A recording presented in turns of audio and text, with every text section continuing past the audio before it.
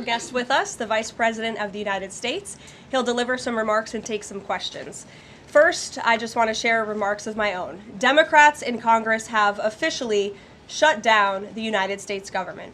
House Republicans passed a nonpartisan, clean piece of legislation to extend current government funding until November 21st. But nearly every single Democrat senator voted against this bill.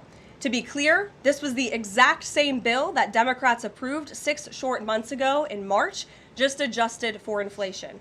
This is the same kind of clean funding bill that Democrats passed 13 separate times when they held the majority during Joe Biden's administration.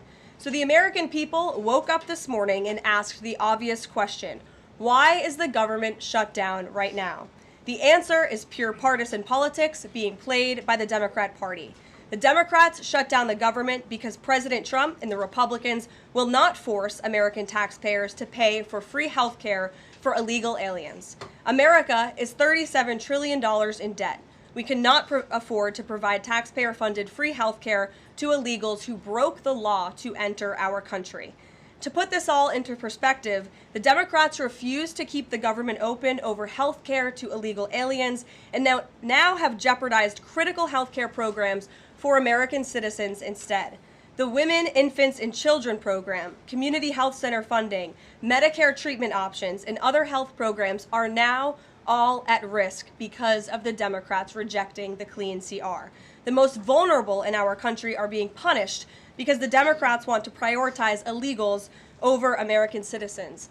And if Democrats actually cared about health care, they would applaud the actions taken by President Trump just yesterday in the Oval Office. He took a bold and massively popular action to improve our healthcare system. He announced the first agreement with a major pharmaceutical company, Pfizer, to lower drug costs for Americans. This is a historical achievement long sought by past Democrat presidents that only President Trump was able to get done.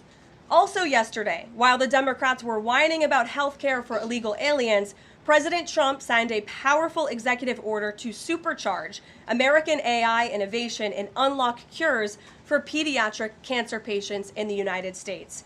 While President Trump took action to lower drug prices and improve the lives and the care of American children with cancer, again, Democrats are fighting to give health care benefits to illegal aliens. The Trump administration is fully committed to lowering healthcare costs and advancing policies that will save American lives. But right now, we need to keep the government open and funded. And individuals and organizations across the political spectrum, across the country, agree with the Trump administration and Republicans. The labor union leader, the Teamsters, Sean O'Brien, sent a very blunt message to Democrats over their destructive antics. He said American workers are not bargaining chips. Senators need to stop screwing around and pass the House-passed clean short-term funding bill. The U.S. Chamber of Commerce, the world's largest business organization, called to immediately pass the Republican clean CR, saying, quote, shutdowns are harmful to the economy, the American people, and our national security. And even Democrat Senators Cortez Masto and Fetterman acknowledged that their party is betraying the American people with this costly and chaotic Democrat shutdown.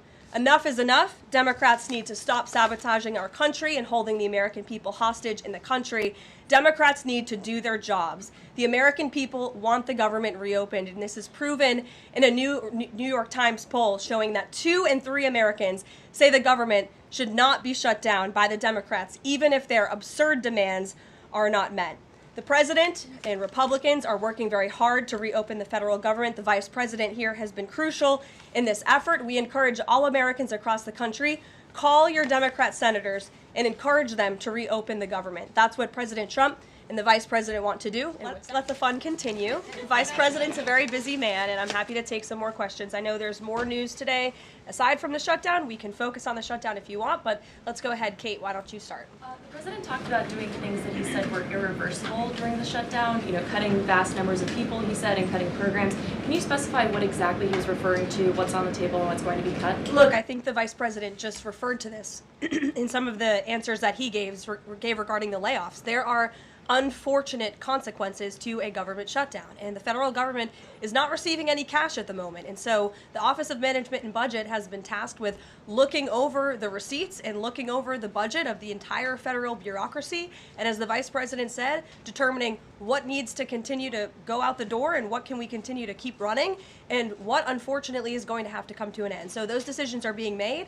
And unfortunately, layoffs are very likely, as the Vice President just said, going to be a part of that. And has the White House had any direct response from Hamas from the peace proposal that was laid out? You know, the President said he would give 3 or 4 days, but is there a hard deadline now, or what are the next steps here? I will reiterate what the President of the United States said, 3 or 4 days, and I can tell you that there are some very sensitive discussions that are taking place, but I certainly don't want to get ahead of any announcement at this podium. I'm going to let Special Envoy Witkoff and the President of the United States handle that. Thank you, Caroline. 2 questions. First of all, following up on that, the President said yesterday, I believe, within 3 or 4 days he wanted to hear an answer from Hamas. Is he still sticking by that timeline? Yes, as I just confirmed. And then second question is a comment that's gotten a lot of global attention. Senator Dick Durbin, he was set to receive a Lifetime Achievement Award from the Catholic Church. He's since declined accepting it because there has been some controversy. Pope Leo commented on this, and he said that someone who says I'm against abortion, but I'm in agreement with the inhumane treatment of immigrants in the United States, I don't know if that's pro-life. You've been very open about your Catholic faith. How do you respond to that? I would reject there is inhumane treatment of illegal immigrants in the United States under this administration. There was, however, significant inhumane treatment of illegal immigrants in the previous administration as they were being trafficked and raped and beaten, and in many cases killed, over our United States southern border. You also look at the inhumane treatment at the hands of some of these illegal immigrants that took place under the previous administration as well. Laken Riley comes to mind, a beautiful American citizen who was killed at the hands of an illegal immigrant. So this administration is trying to enforce our nation's laws in the most humane way possible, and we're upholding the law, and we're doing that on behalf of the people of our country who live here. John. Thanks a lot, Caroline. What is the level of concern that the administration has regarding a protracted government shutdown in terms of its impact on the U.S. economy and also its impact on small businesses as well? Well, look, this government shutdown is no doubt going to impact everyday Americans, and it is the fault of the Democrats that we are in this position. And I know I relayed some programs that will be impacted, the Vice President did as well, but I just want to make sure the American public understand what the Democrats have done to our government and our country. 1.3 million active duty troops will work now without pay. Critical food assistance for low-income women, infants, and children will now lapse. No new mothers or children are allowed to join this critical program because of the Democrats' decision to shut down the government. Telehealth services for seniors and in-home treatment options for Medicare patients will now come to an end. Nearly 50,000 members of the United States Coast Guard are going to have to work unpaid. Over 13,000 air traffic controllers will work without pay, as well as TSA agents, which will very likely create flight disruptions. And pay will now stop for over 150,000 federal law enforcement officers. These are not just numbers and statistics. These are real Americans who have families at home.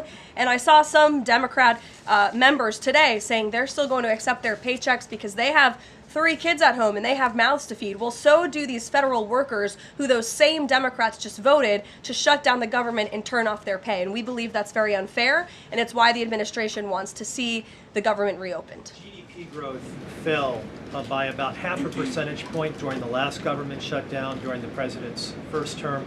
Are you expecting a similar type of impact on GDP growth related to this potential protracted government shutdown? Well, look, I think it's dependent upon how long this shutdown continues. So it's dependent on how long it takes Democrats to muster up the coverage, 5 of them, to vote in the best interest of our country, our citizens, and our economy. Eamon. Thank you, Caroline. Yesterday, your administration took a 5% stake in Lithium Americas and a stake in the mine that they're working on, and you've taken stakes in other companies and revenue streams from other companies. Can you articulate the broader principle here? When does the administration see it as appropriate to demand equity stakes or revenue streams from American companies? And what other companies are you going to be demanding those from? Well, look, this is a creative solution by the President of the United States to tackle our nation's crippling debt crisis. As I said earlier, we are $37 trillion, trillion with a T, in debt. And not only is the president effectively utilizing tariffs to bring in massive amounts of revenue, and there's billions of dollars coming in every month. I know you know that even because you cover it on CNBC quite well. So the president is focused on how can the United States government make more money? How can we make our country wealthy and rich again? And cutting some of these unique creative deals with companies around the world and here at home is just one way the president is seeking to do that. And I know the Department of Energy just announced this new deal. It's another great deal for the American people and our government. Reagan. And on Lisa Cook, Sure, go ahead. Lisa Cook, Yeah. the Supreme Court said today that she's going to be allowed to stay at the Federal Reserve Board until oral arguments in January. Does the president have any personal reaction to that? This has been something he's been very intent on. Look, we have respect for the Supreme Court, but they're going to hear the actual case and make a determination on the legal argument in January. And we look forward to that because we maintain that she was fired well within the president's legal authority to do so. She was removed from the board, and we look forward to that case being fully played out at the Supreme Court. Reagan. I have one for you on EJ and Tony and one on the shutdown. Sure. CNN reported that Collins and Murkowski declined to meet with EJ and Tony, raising concerns that his nomination was in trouble. I'm wondering what message Collins and Murkowski are sending to the White House by not meeting with one of the president's nominees. Well, look, EJ Antony remains a great ally of the president and our team. It became clear, unfortunately, that he was not going to have the votes, and so we will be announcing a replacement nominee very soon. And on the shutdown, I'm just wondering how soon you could see cuts to the federal workplace, and if there's a specific agency that will experience the most cuts or be focused. Unfortunately, because the Democrats shut down the government, the president has directed his cabinet, and the Office of Management and Budget is working with agencies across the board to identify where cuts can be made, and we believe that layoffs are imminent. They are, unfortunately, a consequence of this government shutdown. Ed. So you talk about the layoffs being imminent. Is there a percentage then of reduction that the White House is looking for of workforce? I don't have a specific percentage for you. What about China, if I could? So China has not made one soybean purchase this year in the United States. I talked to a farmer yesterday who has about 1,000 acres in Iowa and says this is just killing her. Now, the president has been talking to President Xi. Could China not buying agriculture affect a possible meeting with the president? Would he not meet with Xi because China has refused to buy soybeans from the U.S.? Look, I don't want to speak for the president and make a determination on that from this podium, but what I can tell you is that supporting America's farmers and doing what's best for them is at the top of the president's priority list, and it's at the top of the list for this administration right now. There have been several very high-level meetings on this very topic. We want to help our farmers, and we're exploring the best ways to do that, and I would anticipate there will be more to come on that very soon. Send a message to the Chinese president. Look, I just shared that message. The president wants what's best for America's farmers. Sean. Hey, Karoline. Hi. Two things to ask you about. Sure. First thing, I want to ask about this video that the president posted the other day. It was an AI deepfake of himself talking about something called med beds. What was he trying to communicate to the public there, and why did he delete it? I think the president saw the video and posted it, and then took it down. And he has the right to do that. It's his social media. He's incredibly transparent, as you all know. You hear from him directly on social media. He likes to share memes. He likes to share videos. He likes to repost things that he sees other people post on social media as well. And I think it's quite refreshing that we have a president who is so open and honest directly himself. Many a times on Truth, you are hearing directly from the President of the United States. And second thing, how did the White House decide that it is appropriate for Jared Kushner to be working on matters that involve Qatar, the UAE, and Saudi Arabia, 3 countries that combined have given him more than $2.5 billion for his investment firm? I think it's, frankly, despicable that you're trying to suggest that it's inappropriate for Jared Kushner, who is widely respected around the world and has great trust in relationships with these critical partners in these countries, to strike a 20-point comprehensive detailed peace plan that no other administration would ever be able to achieve. And so Jared is donating his energy and his time to our government, to the President of the United States, to secure world peace, and that is a very noble thing. And this is a peace plan that has not just been accepted by Israel, but it has been applauded by Muslim and Arab countries around the world. It has been applauded by European leaders around the world. Virtually everyone in the world is supportive of this plan that Jared Kushner offered his time to help put together alongside our special envoy Witkoff, the Vice President, the President of the United States, Secretary Rubio, and the President's entire national security team. We are very proud of that plan, and we hope Hamas will accept it because it will lead to a more peaceful and prosperous Middle East. Two questions. One, we're talking a lot about these layoffs and hypotheticals, but Speaker Johnson earlier today said that there is a proposal from the White House that House Republicans are expected to hear this afternoon about these mass layoffs. Can you tell us what is in that proposal? What agencies, what programs, what jobs? What he's referring to is a proposal that our Office of Management and Budget Director, Russ Vought, is going to be proposing to the House Republican Conference. He's going to kind of walk them through what this unfortunately is going to look like so they can discuss it with their constituents back home in their respective districts. So I don't want to get ahead of the Office of Management and Budget, but I'm sure you'll be hearing more about that very soon. Look, we have to put a plan in place. It would be irresponsible of us not to take a look at each and every agency and get an understanding of what we're going to have to do moving forward to do the best we can in the midst of this government shutdown. Thanks, Caroline. Just on that point, though, Russ Vought told House members, according to our notice reporting, that RIFs would happen in 2 days. Already, we know that some have been sitting out from the U.S. Patent Office. So I wonder, one, this administration continues to say that they don't want to lay people off, but obviously there is a plan to lay people off. So what is your message to those people who are getting laid off? And then if the government reopens, will those RIFs reverse? Are they not permanent if the government reopens, specifically if it reopens pretty quickly? Well, sometimes you have to do things you don't want to do, and it's because the Democrats have put us into this position. If the Democrats did not vote to shut down the government, we would not be standing up here talking about layoffs today. We'd be talking about all the other news stories going on in the world in our country. We'd be talking about all of the great things that this administration is doing to uplift Americans across the country. But unfortunately, the Vice President of the United States and I have to come out here today to talk about a government shutdown that the Democrats put us in this position. And the second question, Go ahead, Joey. Thanks, Caroline. I'm just trying to clarify the timing of these potential layoffs to federal workers. You said imminent. The Vice President seemed to say in a couple of days. It looks like Russ Vought maybe said in 2 days. When would these layoffs begin? 2 days, imminent, very soon. You will expect more announcements right now. Is it just unclear, or are you waiting? It's not unclear. All of those things are very synonymous with one another. These RIFs are unfortunately going to happen very soon. And it'll definitely Caroline, we've been talking about the Affordable Care Act, enhanced premium tax credits, and sort of the politics of it all, right? But this is a very real, tangible impact that American people will feel. The Kaiser Family Foundation says that with the ACA enhanced premium tax credits, without them, premiums will go up 114% on average. 19 million of the 24 million people who rely on the coverage are in states that President Trump won. Is he concerned what will happen to those families if this tax credit expires? And aside from the shutdown, is there a plan to keep those premiums down? Look, as the Vice President just said, we are more than happy to have this conversation. The President and the Vice President and this team are more than happy to have that conversation with Republicans and Democrats on Capitol Hill. But it cannot happen right now. Right now, we need to reopen the United States federal government because people are going without pay.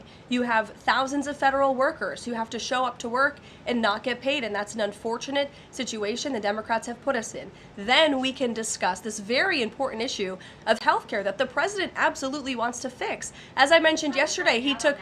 But those premiums do not expire until the end of the year. It's October 1st right now. And so we have a few months to have that conversation. And it's irresponsible of the Democrat Party to try to convince the American people that that conversation has to happen right now. No, what needs to happen right now is the reopening of the United States federal government. And then this administration will be happy to work with Democrats in good faith to come to a policy determination. But one red line the government has already made clear, this administration has already made clear, this administration is never going to support taxpayer-funded benefits going to illegal aliens. And we think it's despicable that that was one of the proposals that Democrats put in their funding proposal and their CR. The Republican CR was a clean CR that would keep the government open. Democrats have voted for it 13 times in the past. The Democrats put this poison pill in there, this partisan pill. Why? Because they are beholden to the far left radicals in their party. And you already see 3 moderate Democrats having the courage to say, no, we need to keep the government open, and then we can have these conversations about health care. Mary. Caroline, I just want to circle back to something the Vice President said about Ocasio-Cortez. I'm actually surprised it didn't come up sooner. So if Schumer is catering to the demands of Ocasio-Cortez, can you share whether the White House views this as cracks in Schumer's leadership, and would the Vice President be open to meeting with someone like her if she is assuming this role in the Democratic Party? I'll let the Vice President speak on that himself. I think that certainly Senator Schumer was not expecting 3 moderates to break with him last night. In fact, last night you heard Senator Schumer say he can't guarantee that he will be able to hold his caucus together. And so again, we encourage Democrats to have the courage to do the right thing, do what you have done 13 times previously, and vote for this clean continuing resolution to keep the government funded. As for what the Trump administration and President Trump is going to do, we'll continue to be very public that we want the government to be open, and as the Vice President said, we'll continue to work in good faith with anyone on Capitol Hill who wants to do right by the American people. Thank you all so much. We'll see you later. If you like this video, then like, share, and subscribe to Mirror Now.